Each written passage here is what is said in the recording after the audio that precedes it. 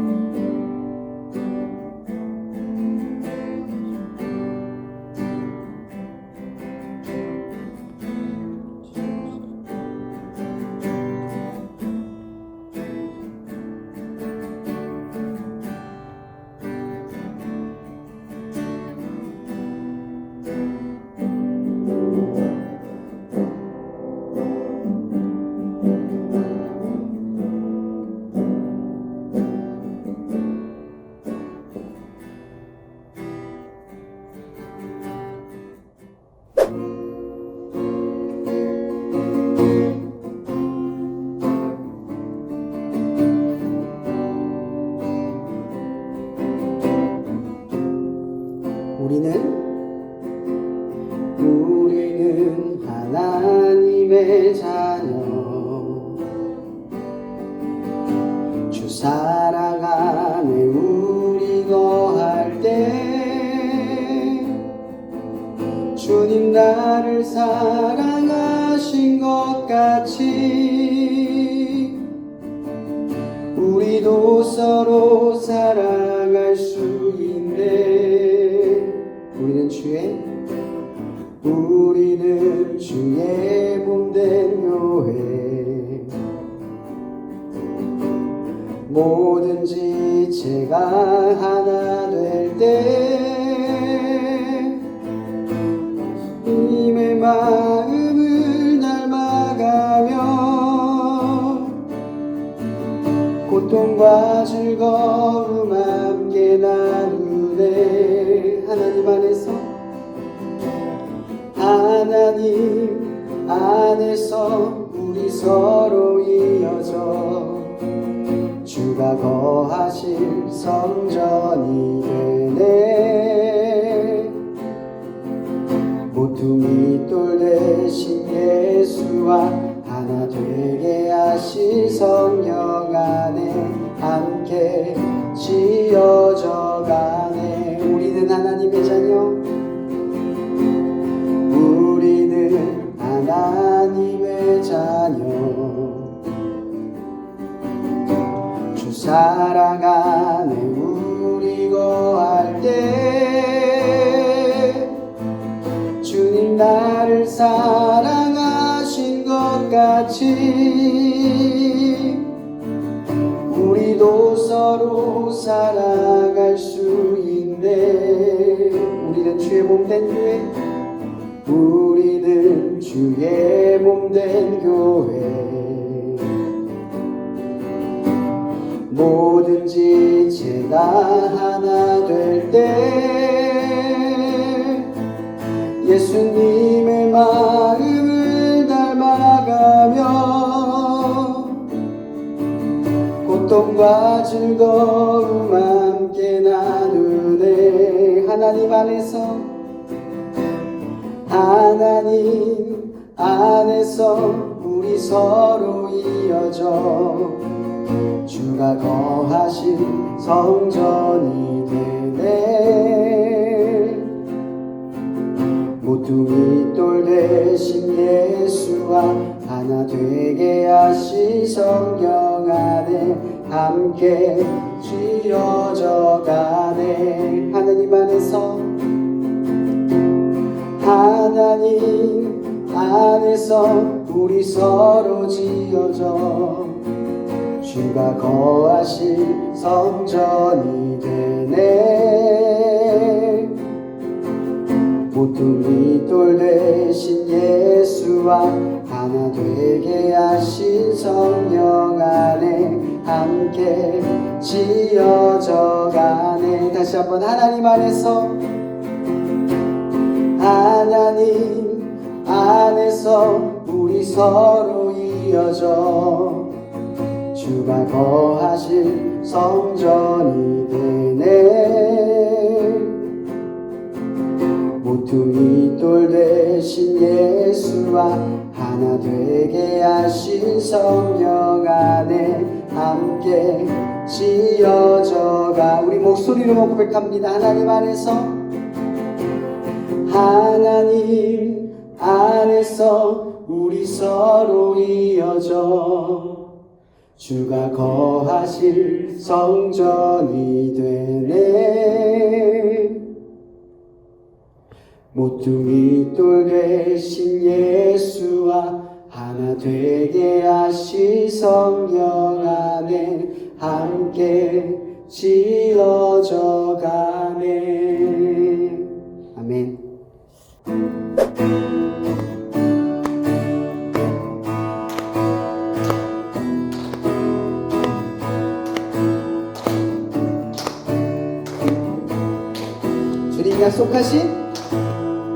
주님 약속하신 말씀 위에서 영원토록 주를 찬송하리라. 소리 높여 주께 영광 돌리며 약속 믿고 굳게 서리라. 다시 한번 주님 약속하신 말씀이 세상 염려 내게 엄습할 때에 용감하게 힘써 싸워 이기며 약속 믿고 굳게 서리라. 굳게 서리 영원하신 말씀 위에 굳게 서리. 그 말씀 위에 굳게, 다시 한번 굳게 서리. 영원하신 말씀 위에 굳게 서리. 그 말씀 위에 굳게 주님 약속하신 말씀이 영원하신 주의 사랑이 믿고 성령으로 힘써 싸워 이기며 약속 믿고 굳게 서리라. 굳게 서리 영원하신 말씀 위에 굳게 서리. 그 말씀 위에 굳게 서리라. 주님 약속하신 말씀이 성령 인도하는 대로 행하며 주님 품에 항상 안식 얻으며 약속 믿고 굳게 서리라. 굳게 서리 영원하신 말씀 위에 굳게 서리. 그 말씀 위에 굳게 서리라. 굳게 서리 영원하신 말씀 위에 굳게 서리. 그 말씀 위에 굳게 서리라. 굳게 서리 영원하신 말씀 위에 굳게 서리. 그 말씀 우리 다시 한번 고백합니다. 굳게 서리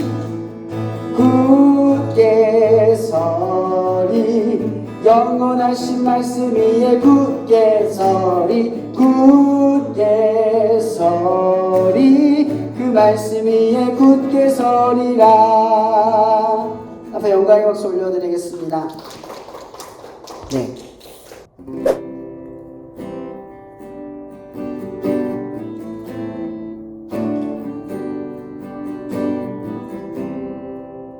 모든 상황 속에서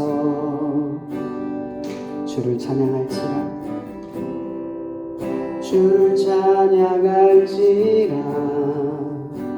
주는 너의 큰 상급, 주는 너의 큰 상급, 큰 도움이시라. 큰 도움이시라. 주의 얼굴 구할 때, 주의 얼굴 구할 때 주의 영을 부으사 영을 부사 크신 사랑 안에서 크신 사랑 안에서 주를 보게 하소서. 주를 보게 하소서. 내 영혼이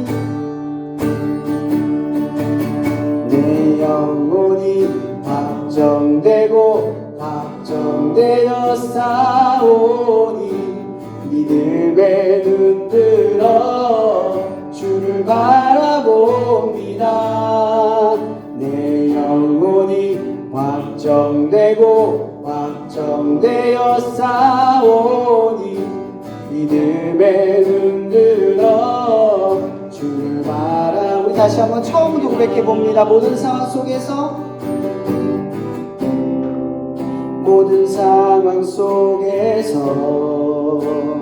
주를 찬양할지라. 주를 찬양할지라. 주는 너의 큰 상급, 주는 너의 큰 상급, 큰 도움이시라. 큰 도움이시라. 주의 얼굴 구할 때, 주의 얼굴 구할 때 주의 영을 부사, 주의 영을 부사 크신 사랑 안에서 크신 사랑 안에서 주를 보게 하소서. 주를 보게 하소서. 내 영혼이 확정되고 확정되어 싸우니 믿음에 눈들어 주를 바라봅니다. 내 영혼이 확정되고 확정되어 싸우니 믿음에 눈들어 주를 바라보. 다시 한번 내 영혼이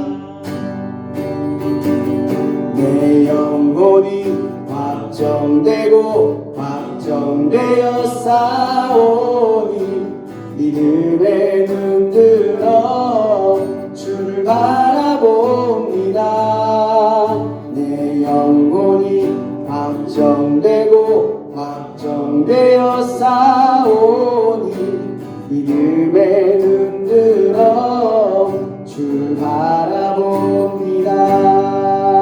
주를 찬양할 때, 주를 찬양할 때 주의 나라 이미 임했네. 주의 영원한 나라 주 보게 하소서.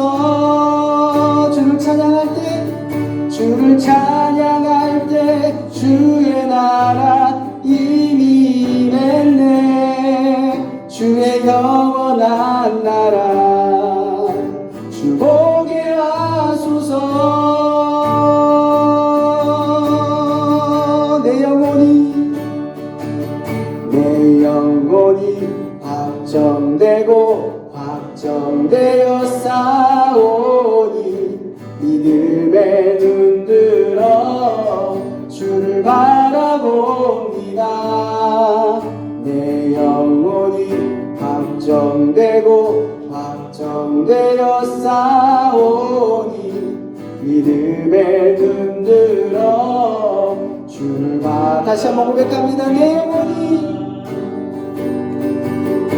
내 영혼이 확정되고 확정되어 싸우니 믿음에 눈들어 주를 바라봅니다. 내 영혼이 확정되고 확정되어 싸우니 믿음에 눈들어 주를 바라봅니다.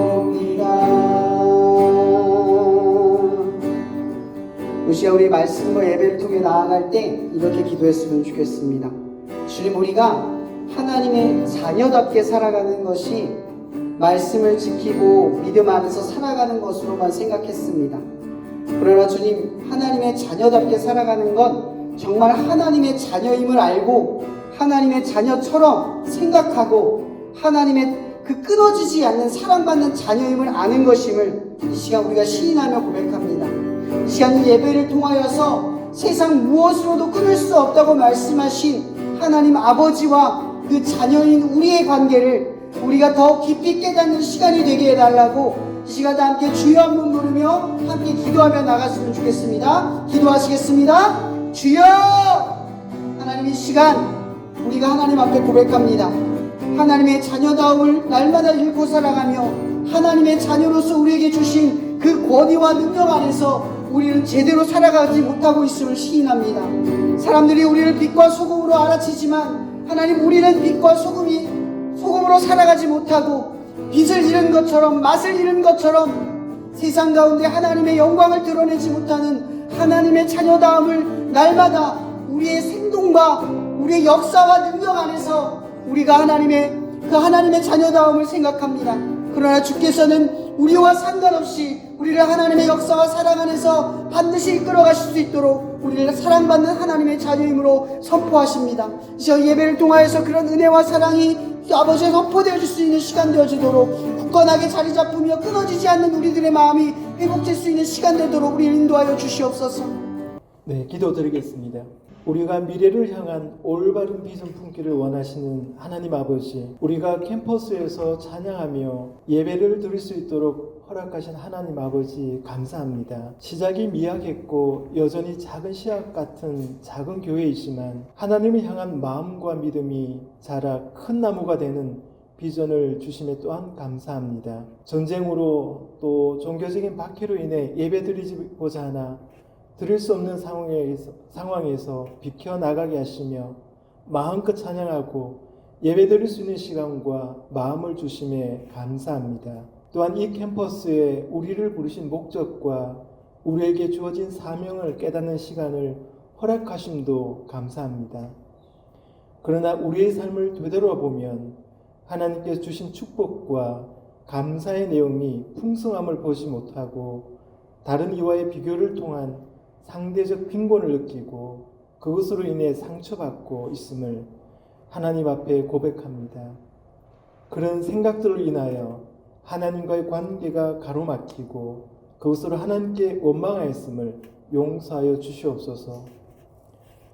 그럼에도 하나님께서 우리를 축복하시어 다시 하나님 앞에 오게 하시며 지혜를 주셔서 무엇이 옳은 것인지 무엇이 진리인지 그리고 무엇이 우리가 나아가야 할 방향인지를 깨닫게 하여 주시옵소서.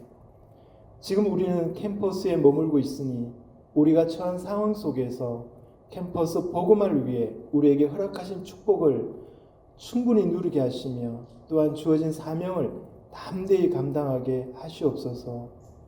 오늘 예배를 위해 찬양을 드렸습니다. 또한 마태복음의 말씀을 들고 단위에 쓰신 황세현 목사님에게 영육간의 강건함을 허락하시고 특히 하나님의 말씀을 대언할 때 지혜와 명철함으로 축복하여 주시옵소서. 또한 말씀을 듣는 우리는 하나님을 향한 마음을 활짝 열어 그 말씀이 곧 하나님께서 나에게 주신 말씀으로 들을 수 있도록 인도하여 주시옵소서. 오늘도 함께 하시며 우리를 인도하실 예수님의 이름으로 기도합니다. 아멘.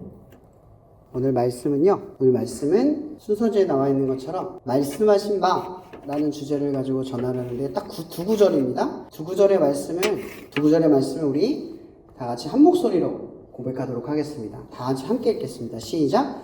헤롯 왕 때에 예수께서 유대 베들레헴에서 나심에 동방으로부터 박사들이 예루살렘에 이르러 말하되 유대인의 왕으로 나시니가 어디 계시냐? 우리가 동방에서 그의 별을 보고 그에게 경배하러 왔노라 하니. 아멘. 네, 오늘 말씀을 나누기 전에 사실 제가 이 말씀의 1장, 마태복음 1장의 말씀을 전에 나눴던 적이 있습니다. 그 마태복음 1장의 내용을 가지고 제가 이야기했던 게 뭐냐면 인간의 연약함과 부족함에도 불구하고 하나님의 신실한 계획은 언제나 완벽하다. 고로 하나님은 완벽하시다. 우리가 믿는 분은 완전하시고 완벽하신 분이다 라는 전제에 대해서 나눴습니다. 오늘 말씀의 주제는 뭐냐면 결국 말씀이 말씀대로 된다. 이게 제가 말하는 두 번째 주제입니다. 마태복음의 이야기의 첫 서두는 하나님의 신실한 계획을 정리합니다. 그게 뭐죠? 예수가 그리스도로 이 땅에 태어난 걸 말해주는 족보의 이야기입니다. 근데 그 족보의 이야기는 너무나 완벽하지 못합니다. 5명의 여인이 등장을 하는데 단지 여자가 등장한 것이 중요한 게 아니라 그 여자들이 가지고 있는 죄성, 절대 하나님의 자녀, 하나님의 아들이 태어나는 계보로서는 전혀 어울릴 수 없는 완벽하지 않은 이 족보에도 불구하고 누가 태어났다? 예수가 결국은 그리스도가 됐다. 이게 하나님의 신실함이라는 겁니다. 예전에 제가 어떤 상담을 들었는데 어떤 분에게 이런 말을 들은 적이 있습니다. 자기가 하나님의 말씀대로 어떤 행동을 하다가 그 말씀을 어겼답니다. 근데 그 말씀을 어기고 난 뒤에 다시 하나님의 약속이 이루어지는 것을 보고 그 전에 내가 이루지 못했던 그 상황이 하나님이 일부러 그러신 거냐 이렇게 물어보는 거예요. 나중에 이걸 이루려고 일부러 나에게 실패를 주신 거냐, 일부러 하나님의 불완전함이 있으신 거냐 이렇게 질문하는 거예요. 그래서 말씀을 인용하면서 무슨 인용을 했냐면 여러분 그 말씀에 보면 슬로브아의 딸의 이야기 아십니까? 하나님께서 약속의 땅으로 들어간 이 이스라엘 백성들에게 땅을 분배를 하면서 그 아들들, 그러니까 지파별의 아들들에게 땅을 이렇게 분류를 합니다. 그런데 하필이면 어떠한 지파 중에 한 지파가 아들이 없는 겁니다. 그러면 하나님의 신실한 계획이라면 모두가 아들이 있고 모두에게 땅이 나누어져야 하는데 그 안에 불완전함이 있었다라는 겁니다. 근데 이분이 그 질문하는 거예요. 그거 하나님 일부러 그런 거냐? 일부러 실패를 만들어서 물어보게 한 거냐? 라고 질문을 하는 겁니다. 여러분 어떻게 생각하세요? 하나님은 의도했다고 보십니까? 아들이 없는 게? 물론 생사를 주관하는 건 하나님입니다. 그런데 아들이 없게 만든 건 하나님의 뜻은 아닙니다. 이게 무슨 얘기인 줄 아십니까? 하나님이 모든 섭리는 주관은 하지만 그렇게 의도한 건 하나님의 뜻이 아니라는 거예요. 예를 들어 아담이 선악과를 먹은 건 하나님의 뜻은 아니지만 일어난 겁니다. 이건 결국 뭐 때문에 그러냐? 세상의 불균형. 그러니까 세상이 왜 이래요? 왜 정직한 사람들이 정직한 취급을 못 받고 왜 성실하게 땀 흘려 돈을 버는 사람들이 머리 굴려서 돈 버는 사람보다 못하게 삽니까? 라고 하는 것과 똑같은 질문인 거예요. 이거 누가 의도한 거죠? 하나님이 그렇게 세상을 지었나요? 사실 엄연히 말하면 세상을 통제하고 관리하는 건 사실 인간들이에요. 이 불균형, 이 불합리함은 우리가 의를 행하지 않음으로 생기는 결과물이지 이것이 하나님의 뜻이 아니라는 겁니다. 그러니까 슬로브의 딸이 태어난 건 인간의 죄로 인한 결과물이지 그 실패를 유도한 건 하나님이 아니라는 겁니다. 하나님의 뜻은 실패가 아니라 완전함인 거죠. 그런데 그 실패의 완전함에 늘 그 결격의 사유가 우리 자신이라는 겁니다. 더 중요한 건 그 슬로브 딸의 자녀가 낳았을 때 하나님이 계대법이라는 걸 그때 가르쳐 줍니다. 계대법. 이 계대법이 뭐죠? 쉽게 말하면 하나님의 땅을 분배받는 이스라엘 백성이 끊어지지 않게 서로가 지켜주는 것. 이게 핵심입니다. 그게 뭐냐면 슬로바 딸이 아들이 없잖아요. 그래서 어떻게 합니까? 그 형제 중에 그 지파의 형제 중에 아들이 있죠. 그 아들과 잠자리를 가져서 자녀를 낳으면 그 지파, 그 어머니의 지파의 아들로 태어나서 그 지파의 땅을 지키도록 만든 겁니다. 그래서 절대로 뭐가 일어나지 않는다? 이스라엘의 계보, 족보에는 끊어짐이 없다. 그 땅의 주인은 항상 그 땅의 주인인 거예요. 하나님이 주신 땅의 주인은 하나님이 주신 자의 땅이에요. 그게 끊어지지 않게 하는 게 하나님의 뜻이에요. 그럼 결국 이스라엘의 땅은 나중에 시간이 지난 뒤에 이런 부의 불균형이 일어났다고는 하지만 사실상 하나님은 이 부의 불균형이 없는 세상을 만들기 위해 그들을 끌어낸 거예요. 왜? 그 땅의 주인은 항상 그 땅의 주인이니까. 이 대한민국에서 이 부의 불균형이 나오는 가장 경제적인 이유가 뭐냐면 부동산 때문입니다. 이 주택 문제, 이 땅의 문제. 땅값 때문에 생기는 거예요. 열심히 돈 버는 사람들이 뭐 때문에 허탈합니까? 부동산에 투자해서 땅값이 오른 것 때문에 일을 하지 않는데 않는 거예요. 그러니까 머리를 굴려서 돈을 버는 것이 땀을 흘려서 버는 것보다 더 나으니까 세상에 불균형이 자꾸 일어나는 거예요. 일하는 것보다 머리 쓰는 쪽으로 가기 시작하는 거죠. 지금은 금융업이 경제를 끌잖아요. 그죠? 원래는 제조가 기초산업이란 말이에요. 금융이 아무리 발달해도 제조업이 없으면 금융은 투자를 할 데가 없습니다. 근데 지금 세상이 어떤 세상인지 아십니까? 제조업에 조금 문제가 생겨도 돈을 더 많이 버는 쪽으로 투자를 합니다. 그래서 사람들이 불편해도 상관없습니다. 투자자에게 돈만 들어가면 그게 더 좋은 겁니다. 세상에 불균형이 일어나기 시작을 하는 거예요.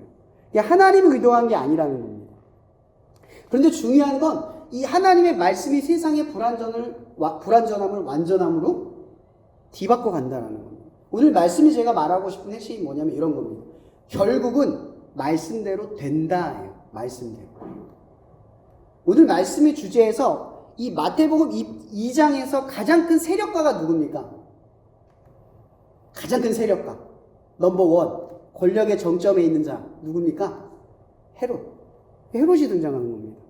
예수님이 이 땅에 태어나셨어요. 어떤 형태로? 아기 예수로 태어났어요. 여러분, 아기 예수와 그 땅의 최고의 권력과 헤롯과의 충돌, 그걸 지금 다루고 있는 겁니다. 아기 예수가 이 땅에 태어났어요. 정말 말도 안 되는 새벽별이 그 동방박사를 끌어온 거죠. 근데 이 동방박사가 어디서 왔는지 우리는 알 수 없지만 가장 중요한 건 뭐냐면 이 동방박사가 이 별을 보고 쫓아왔을 때는요, 겨우 이 예루살렘 땅의 왕 정도를 보고 온 게 아니에요. 이 대륙의 엄청난 제국의 왕 정도는 태어날 거라고 생각하고 온 거예요. 왠지 아세요? 이 로마가 땅을 차지하기 전에 그 땅은 페르시아 땅이기도 했었고요. 고대 바벨로니아의 땅이기도 했었어요. 그리고 아수르 대국의 땅이기도 했어요. 계속 제국이 계속해서 그 땅을 번갈아 가면서 차지했던 땅이란 말이에요. 겨우 조만한 헤롯 대왕이 살고 있는 이 예루살렘 정도의 왕을 보러 온 게 아니라 사실은 제국의 왕 정도가 되는 존재를 보기 위해 온 거예요. 왜? 이해할 수 없는 저 빛. 천축으로는 관측되지 않는 이 규칙과 질서 안에서 들어가지 않는 그 일이 벌어지니까. 그 빛이 보통 우리가 기차를 타거나 자동차를 타면 별이 나를 따라온 것 같지만 우리가 이동을 할 때 그냥 별이 서 있는 거잖아요. 그죠? 근데 이 별은 다른 별인 겁니다. 그 별이 그들을 끌고 간 거예요. 움직이는 별이라서 특이했던 거예요. 떨어지지도 않고 올라가지도 않는데 별이 항상 그 자리에 있어야 하는데 움직이니까. 어디로? 예루살렘. 베들레헴 쪽으로 움직이니까 가는 거예요. 그러니까 동방박사가 오늘 등장을 하죠. 이 동방박사가 누구를 만납니까? 누구를 만나요? 헤롯 왕을 만납니다. 당연히 왜 헤롯 왕을 만날 수밖에 없죠. 이 동방박사의 입장에서는 여기에 왕은 헤롯 왕이고 그 다음 이 왕을 진짜 왕, 이 제국의 왕으로 이끌 자는 어디서 태어나요? 상식적으로 보면 왕국에서 태어나겠죠. 왕국 바깥에서 태어날 거라 생각하면 누가 생각합니까? 그래서 온 겁니다. 그래서 이 헤롯 왕을 만나러 온 거예요. 가서 물어보는 거죠. 이 땅에 지금 새로운 왕이 태어났다. 그 소식을 알고 저희가 왔습니다. 당연히 그러고 질문을 한 건데 헤롯 왕은 사실은 당황스럽죠. 전혀 그 일을 모르고 있다가 갑자기 등장한 이 이야기를 듣고 자기의 권력이 위협받는다는 생각을 하게 됩니다. 근데 우리가 먼저 살펴볼 때요, 이 헤롯 대왕의 심성을 한번 생각해 봐야 돼요. 이 헤롯 대왕, 성경에 나오는 이 헤롯 대왕이 얼마나 잔혹한 인간인 줄 아십니까? 권력을 위하면 자기 어머니도 죽이는 사람이에요. 가족과 친척 없습니다. 늘 자기의 왕권이 위협을 받았던 사람이에요. 그래서 그 왕권이 위협을 받는다 싶으면 자녀까지도 죽이는데 서슴지 않았던 인간이에요. 오늘 이 이야기를 들었을 때 헤롯 왕은 엄청난 분노와 두려움이 생겼을 거예요. 이 이야기를 듣자마자. 근데 침착하게 넘어갑니다. 침착하게 넘어가요. 그래서 이 헤롯 대왕이 어떻게 하냐면 오늘 이것과 관련된 말씀이 있는지를 물어봅니다. 그래서 한 선지자 예언자가 나타나서 말하죠. 그 이야기가 그 유명한 베들레헴 이야기입니다. 거기서 그리스도, 이 메시아가 태어날 것이다 라고 하는 예언을 이야기하게 되죠. 이제 헤롯 대왕은 이 사실을 이제 알게 됩니다. 자, 그런데 중요한 건 이겁니다. 헤롯 대왕은 그 말씀을 듣고 무슨 생각을 했을까요? 중요한 핵심은. 그리고 또 이 말씀을 듣고 사람들은 무슨 생각을 해야만 했을까예요. 그럼 제가 아까 첫 서두에 뭐라 했죠? 오늘 말씀의 주제는 결국 뭐예요? 말씀대로 된다예요. 말씀대로 된다. 마태복음의 이 복음서의 특징은 뭐냐면 과거의 예언서를 계속해서 인용을 합니다. 그래서 인용을 하면서 뭘 얘기하냐면 결국 말씀대로 되어지고 있다, 이걸 설명하고 있어요. 모든 복음서의 특징입니다. 오늘 첫 말씀이 뭐냐면 베들레헴에 태어날 것이다. 여러분, 이건요 말씀대로 결국 될 거예요. 근데 이 말씀을 듣는 사람들은요 헤롯 왕은 말합니다. 내가 막을 수 있어.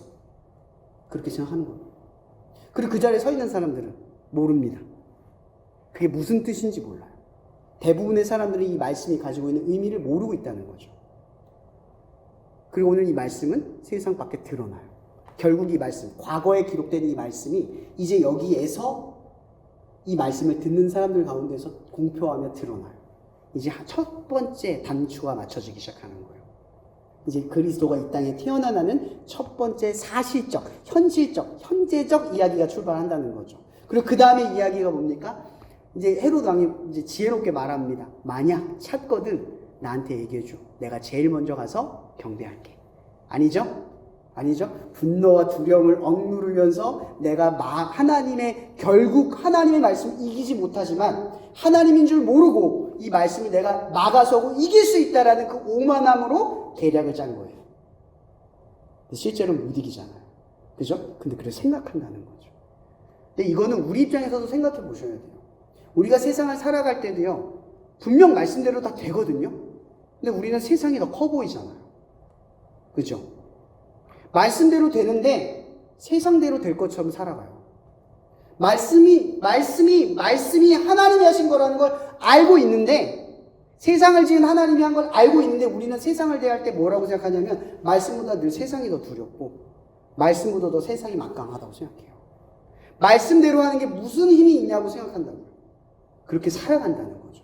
오늘 이 말씀 본문에 나와 있는 이 베들레헴 작은 성아, 볼품없는 이 시골 땅에서 그리스도가 난다라는 이 이야기가 사람들 사이에선 형편없는 이야기라는 거죠. 별 볼 일 없는 힘없는 이야기에 불과했다는 거예요. 우리도 이 땅을 살아갈 때 그렇게 생각할 수 있다는 거죠. 여러분, 예수님께서 제자들을 세상의 제자로 보내실 때 뭐라고 말씀하셨죠? 일 가운데 보내는 어린 양과 같다, 이 얘기합니다.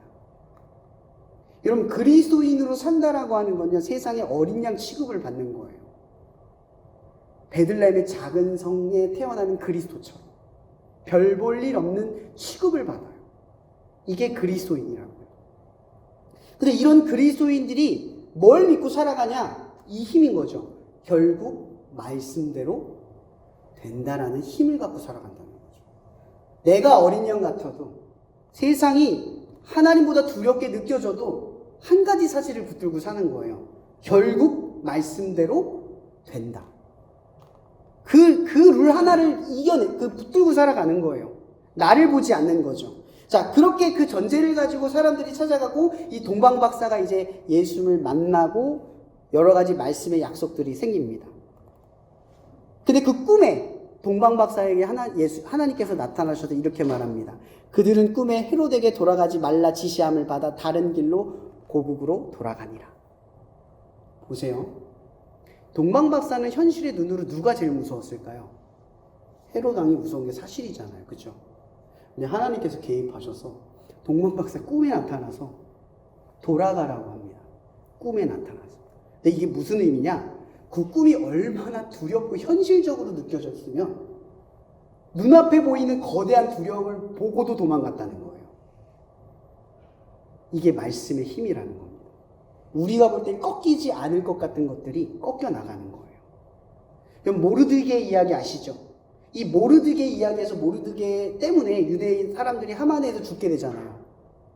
그죠? 근데 그래서 그 나무탑을 세워놓고 그를 목매달으려고 준비하고 있는 그 밤에 하나님께서 이 아하수에로 왕 꿈에 나타나셔서 어떻게 합니까? 꿈에 나타난 게 아니죠. 마음에 이 불안함을 주셔서 어떻게 하냐면 잠이 안 오게 하세요. 성경에는 그렇게 설명 안 되어 있지만 개입하신 거예요. 그리고 어떻게 합니까? 역대일기를 꺼내 보게 만들어요. 그걸 통해서 뭘 보게 합니까? 자기를 암살해서 구해낸 모르드게의 업적을 보게 만드세요. 그래서 그날 그가 하만이 설치한 그 사형대가 하만의 사형대가 돼버립니다. 여러분, 이 순리는요, 그 전까지만 해도 도저히 생각날 수 없는 억측 같은 상황이에요. 근데 이 밤에 일어난 딱 이 변수가 모든 걸 뒤바꿔버려요. 이런 일이 성경에 한두 번 일어납니까? 한두 번이 아니에요. 다니엘의 이야기에서도 나타나잖아요. 수많은 성경 속 이야기에서 계속 등장해요. 다윗은 그걸 너무 많이 경험을 하죠. 하나님이 개입하면 도저히 안 맡길 것 같은 상황도 그냥 바뀌어버려요. 근데 중요한 건 이거라는 거죠. 결국 말씀대로 된다라는 믿음이 있는 사람들에게 그게 보이는 거예요. 말씀대로 된다라는 걸 놓치고 결국 세상의 두려움 앞에서 내가 하던 하나님을 위해 나아가던 그 일을 멈춰서면 말씀대로 된다라는 인식의 경험이 사라지게 되는 거예요. 우리에게 중요한 건요, 분명 말씀대로 된다라는 경험도 있겠지만 더 중요한 건요, 그 경험들이 쌓이는 게 중요합니다. 왜냐하면 우리에게 중요한 건 하나님과의 관계지 그분의 힘이 아니기 때문이죠. 결국 하나님을 믿을 만한 분으로 볼 수 있고 하나님이 말씀대로 분명히 다 하게 하셔. 그러니까 나는 말씀대로 가면 돼 라는 이 인식이 자연스럽게 어떻게 나냐? 이 경험이 쌓였을 때라는 거죠.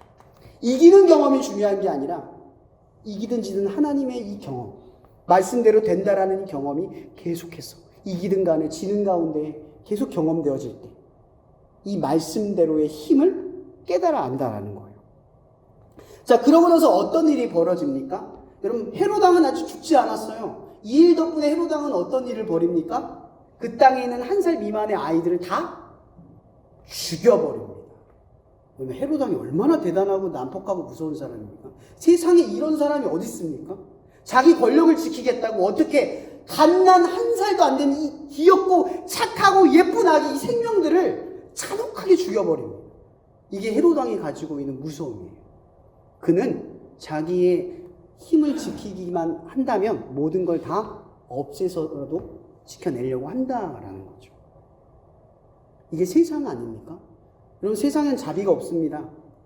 학교에서는 지각이 있거나 이러면 교수님들이 지각하면 안 돼요, 몇 분 빠지면 안 돼요 얘기해 주죠. 세상 나가면요, 몇 분 빠지면 나가세요.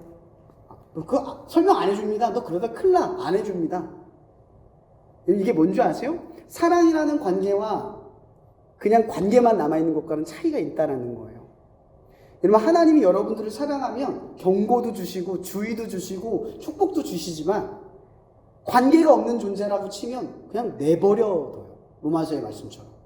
자기를 더럽힐 때까지 내버려두고 끊어서 멸망할 때까지 그냥 내버려둔다는 거예요.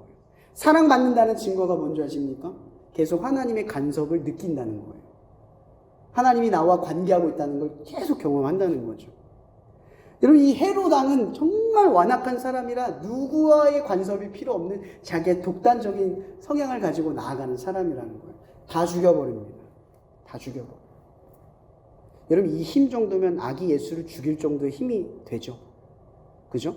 하나님의 역사를 막아버릴 막강한 힘이에요. 근데 그 힘이 예수를 죽입니까? 아기 예수조차 못 이깁니다. 왜냐하면 말씀이 더 세니까. 오늘 말씀에 이렇게 말합니다. 요셉이 일어나 밤에 아기와 그의 어머니를 데리고 애굽으로 떠나가.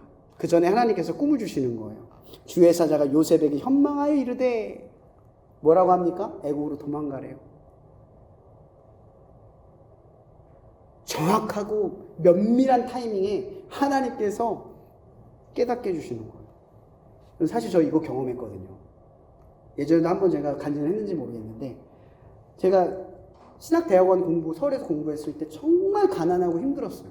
아버지는 중풍까지 있으셔서 그 병원에 있으셨는데 제가 간호를 해야 될 만큼 왔다 갔다 엄청 힘들었습니다. 학비도 제가 모았고 생활비도 제가 모아야 됐어요. 거의 점심에는 편의점에 1,000원짜리 햄버거와 500원짜리 음료수로 몇 끼니를 때울 만큼 가난했습니다. 살도 쭉쭉 빠지고. 근데 그때만큼 하나님을 사랑하지 않은 적이 없어요. 제가 그때 무슨 일이 있었냐면, 제가 돈을 항상 미리 모아놓고 다음 학기를 위해 준비를 하거든요.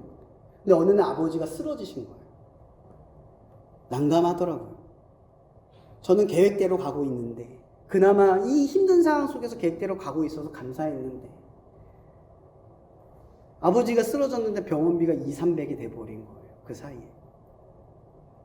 제 등록금은 300만 원이 남았고, 하나님께 기도를 했어요. 하나님, 저 왜 이럽니까? 제 인생은 왜 이래요?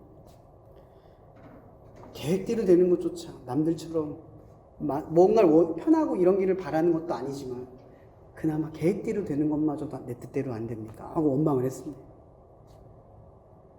근데 하나님이 저한테 뭐라고 하시는지 아십니까? 네가 내 뜻을 가지고 세상을 사랑하기 전에 너희 아버지부터 사랑해라. 너희 아버지를 위해서 희생하지 못하는 네가 어떻게 나를 위해 희생하겠니? 이런 말을 하시는 거예요. 반박을 할 수가 없어요. 반박을 할 수가 없어요. 네, 하나님, 모든 걸 내려놓고 제 등록금을 가지고 뽑아서 내고 휴학을 준비하기로 마음을 먹었습니다. 정말 순종하는 마음은 다 내려놓고 다 포기하고 이번 1학기 감사하게 공부하고 내년에 휴학하자, 그런 마음을 가졌는데 진짜 내려놓은 거예요. 진짜 내려놓은 거. 하나도 바라지 않았습니다. 근데 희한한 게요, 한 일주일이 지났을 거예요. 제가 일을 하고 있는데 계속 하나님이 음성을 들리게 하는 겁니다. 아침부터. 세훈아, 전화해봐라. 그게 뭐냐면 그 당시 충주댐 장학금이 있었는데요. 제가 그 일이 벌어진 게 봄이었어요. 근데 원래 그 장학금은 가을에 나오는 겁니다. 신청이. 근데 하나님이 자꾸 저한테 전화해보래요. 그래서 제가 처음에 무시했습니다. 하나님, 아직 때가 아닙니다. 이거 가을입니다. 뭐하러 전화합니까? 무시했어요. 그때 하나님이 또 눈을 감아서 응답이 들어오는 게 아니라 내가 그냥 일생생활 하고 있는데 뇌로 들어오는 거예요. 소리가 들어오셔서 뭐라는, 세훈아 전화해. 약간 저기 같았어요. 사무엘 같았어요. 또 안 했습니다. 아니에요. 제 상식을 믿었으니까. 아니에요, 하나님. 아니에요. 해봤자 소용없어요. 한 번 더 말씀하시는 거예요. 세훈아, 해봐. 빨리 해. 재촉하시는 거예요. 한 4번째였을 거예요. 4번째 말씀하셨을 때, 알았어요. 이런 마음으로 했습니다. 알았어요. 한 다음에 전화를 했는데, 기가 막힌 역사가 일어납니다. 무슨 역사였냐면, 어떻게 하셨어요? 이번에 바뀌었어요. 봄으로. 신청자가 없었는데, 지금 일주일 남았습니다. 아니, 3일 남았습니다. 빨리 지금 신청해서 보내세요. 그래서 동사무소에 부랴부랴 가가지고 다 보냈습니다. 정확하게 장학금 200만 원이 들어온 거예요. 그 다음에 등록금을 냈어요. 저한테는 이게 기적이었지만 이런 일이 사실 신학대학원 다녔을 때 많이 일어났는데요. 그 일들 중에 하나였어요. 오늘 이 말씀처럼요, 정확한 타이밍에 이런 일이 일어나요. 저는 경험을 했잖아요. 여러분 아직 못했잖아요. 한 분들도 계실 거고. 근데 이런 일이 일어난다는 거죠. 여러분, 이 헤롯은 자기의 뜻대로 하나님의 말씀을 꺾으려고 했었지만, 그런 힘과 능력이 있었지만, 하나님의 이 작은 타이밍의 이 역사가 헤롯에게 아무 일도 할 수 없게 만드는 힘이 될 수 있다는 거. 우리는 이걸 경험하지 못했다는 거예요. 저는 세상의 힘에 그냥 포기하고 나아갈 수도 있었지만, 하나님이 개입한 이 작은 틈이 이 말도 안 되는 계획을 완성해 갔다라는 거예요. 결국 어떻게 됩니까? 애굽으로 갔다가 돌아올 때쯤 누가 죽어요? 헤롯이 죽습니다. 세상에 막강할 것 같았다. 절대 꺾이지 않을 것 같았다. 절대 넘어설 수 없었을 것 같았던 그 존재가 말씀이 이루어지는 것도 보지 못하고 죽어버립니다. 말씀의 힘에 이 티끌 같은 존재라는 걸 드러내요. 말씀이 이루어지는 이 몇천 년간의 이 역사 속에 이 헤롯 대왕의 이 잠시 잠깐 살아가는 이 땅에서의 힘이 별 볼 일 없다라는 것을 증명해낸다라는 거예요. 우리도요, 그럴 때가 있잖아요. 저도 4학년 때, 고3 때가 제일 힘듭니다. 대학 입시가 내 인생에 마치 거대한 절벽같이 느껴지고요. 취업이 내 인생의 가장 큰 절벽같이 느껴져요. 가끔 아이들이 뉴스가 나옵니다. 수능 성적이든 입시가 대학에 떨어져 자살했다는 이야기를 듣습니다. 너무 안타까운 게 뭔지 아세요? 그게 전부가 아닌데 그게 전부로 보이는 때가 생긴다는 거예요. 그래서 죽는 거예요. 여러분, 이 헤롯 왕의 때도 마찬가지잖아요. 헤롯 왕이 전부였을 시대예요. 헤롯 왕 앞에 모든 것이 아무것도 아니었던 시대예요. 그런데 그 시대에 하나님의 말씀을 붙들고 조마조마하게 그 길을 걸어가지만 결국 말씀대로 이루어내는 역사를 경험하는 인생들이 있었다라는 거예요. 근데 이걸 누가 보냐는 거죠. 어떤 사람들이 보냐는 거예요. 결국 이렇게 돌아오고 헤롯 왕이 죽은 뒤에 또다시 주의 사자가 나타나서 요셉이 다시 애굽으로 돌아오게 만듭니다. 그리고 이 마지막의 역사, 완성의 키, 태어남의 키가 뭡니까? 23절의 말씀입니다. 나사렛이란 동네에 가서 사니 이는 선지자로 하신 말씀에 나사렛 사람이라 칭하리라 하심을 이루려 합니다. 여러분, 결국 누가 이깁니까? 말씀이 이깁니다. 여러분, 이거 단순한 논리인 것 같고 답인 것 같잖아요. 우리는요, 정답을 몰라서 못 믿는 게 아니에요. 너무 답 같아서 못 믿는 거죠. 성경은 우리에게 진리라고 하는 답을 말하는 게 아니라 그 답까지 나아가는 질문을 던지는 겁니다. 그래서 어떻게 나아갈 것인가? 무엇이 우리를 나아가게 하는가? 예수 그리스도, 성령님의 역사. 이런 것들이 우리를 나아가게 만든다. 라는 사실을 자각하게 만든다라는 거죠. 이런 이 학교 캠퍼스에서 여러분들이 우리 모두가 살아갈 때 우리의 과정을 이루는 것은 세상의 섭리고 세상의 룰인 것 같이 느껴지지만 결국 그리스도인들이 이 땅을 살아갈 때 뭘 붙드느냐의 씨름은 결국 말씀대로 된다예요. 결국 말씀대로 된다라는 얘기는 이런 뜻도 됩니다. 허공에 주먹을 쥐듯 쓸데없는 데다가 힘을 낭비하며 말씀대로 살아가지 않는 모든 삶을 거부하겠다, 이 뜻이 되기도 합니다. 말씀대로 산다라는 건 말씀이 없는 공간, 세상의 힘과 룰대로 살아가지 않고 말씀이 이긴다라는 룰 안에서 말씀대로 고지그대로 그 길을 걸어 나아간다라는 뜻이 된다라는 겁니다. 제가 이 말씀을 전하면서 그런 얘기를 얘기했습니다.